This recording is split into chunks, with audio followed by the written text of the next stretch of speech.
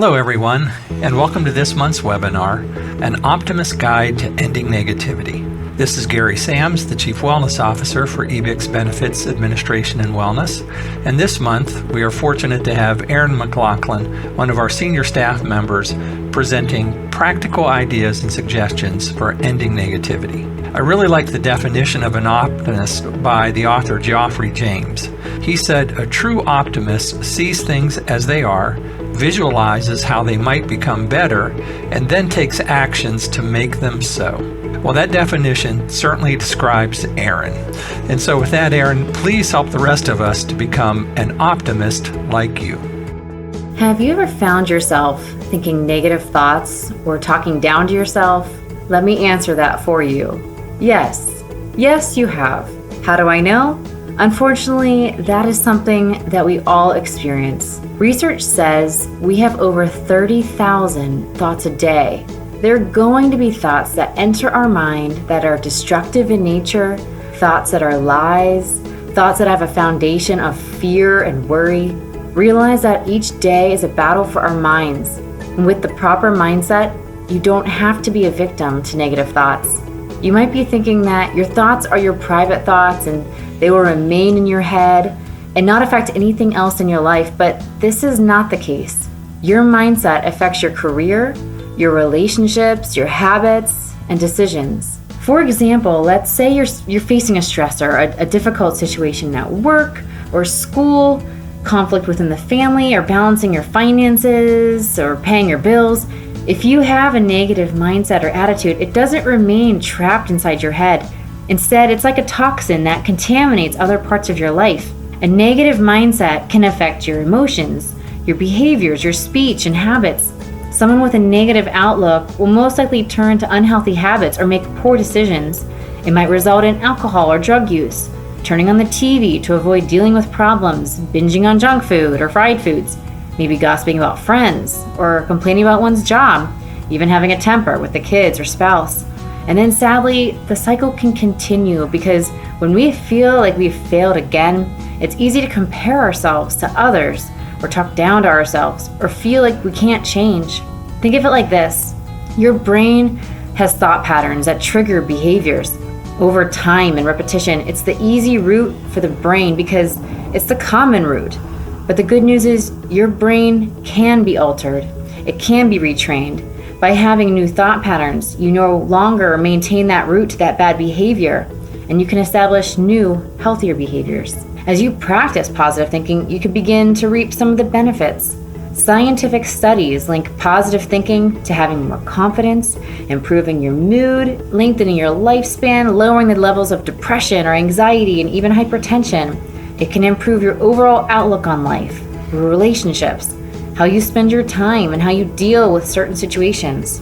I want to share with you some tools that I believe can help you take control over your thoughts. Number 1, live intentionally.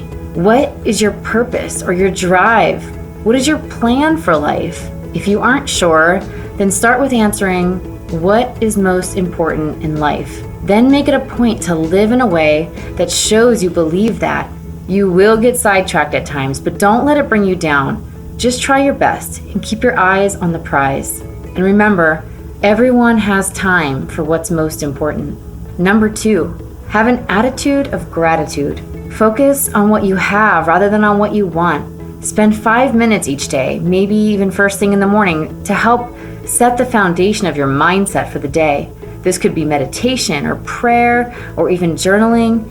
One of my friends tragically lost her husband over a year ago and dealt with a lot of feelings of anger and sadness and loneliness, which are all valid emotions and very expected and healthy responses to grief.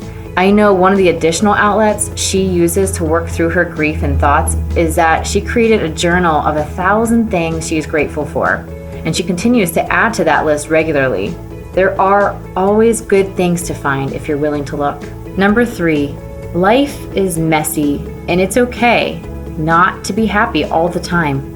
You don't have to have it all together or act like you have it all together. No one has it all together, and however it may appear, no one's life is perfect. Try not to compare your life to anyone else's life.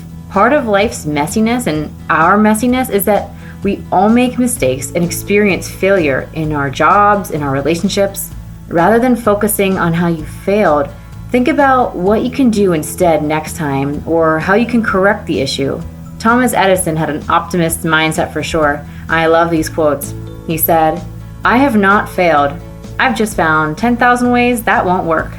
And he's also said, "I've never made a mistake. I've only learned from experience." Number 4, change what you can. Let it be if you can't. Is there something in particular that tends to make you feel down?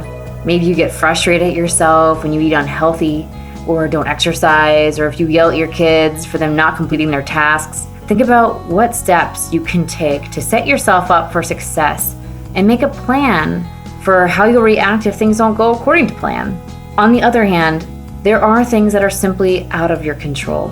You might not be able to change situations or outcomes or people, but you can decide on how you're going to respond. Fear of the unknown or what the future holds does not accomplish anything. It is good to be prepared for the future, but don't let worry and anxiety consume your thoughts. So when you start to think that things are out of your control, pause and focus on the things you can accomplish. You might not be able to clear out the traffic you're sitting in, but you can turn on a positive radio station to listen to, or think of a way you can later encourage a coworker or friend. Number 5, turn negative self-talk into positive self-talk. The negative statements you tell yourself are often lies that end up being repeated over and over in the mind. These lies could be, "I'm worthless," or "I'm not important," or "I can't do anything right," or "I can't change." And after a while, you might start believing those things and live as if those statements are true. If this is you, let me first tell you that none of those things are true about you. You have worth. You are important. You have skills and abilities, and you can change. If you find yourself thinking, "I'm probably going to mess up again," change it to, "No matter what, I'm going to keep trying." Or if your thought is, "I want to give up," instead think, "I can keep going even when it's tough." You can use this SOS approach. S, stop the thought. You can even tell yourself, stop. O, observe what you are saying to yourself and recognize that it is not uplifting, encouraging, or helpful. S, shift your thoughts to use a positive statement that encourages you. Number 6, surround yourself with positive people. As you continue to hear their positive perspective, affirmations, and encouragement, you will find yourself starting to think that way also and even speak that way. These people might have a knack for finding the good in any situation. They enjoy giving genuine compliments. They might be enthusiastic, yet also authentic and honest. You might find that they laugh often, but not at the expense of others. It can be hard to find positive people to fill up your life, but it is important that you don't remain in a negative environment, as that can be toxic and can have lasting effects. These are just a few points that I hope are helpful to you in redirecting your thoughts to be positive in nature. Know that just like any other habit, being aware of your thoughts and shifting your mindset takes practice. And even over time, unfortunately, you won't be able to escape negative thoughts from ever entering your mind. However, you will have learned how to stop the destructive thoughts and shift your focus to good things, encouragement, and positive affirmation. You will have a mind that doesn't allow fear and worry to consume you. You will have a mind that focuses on gratitude and what is important in life.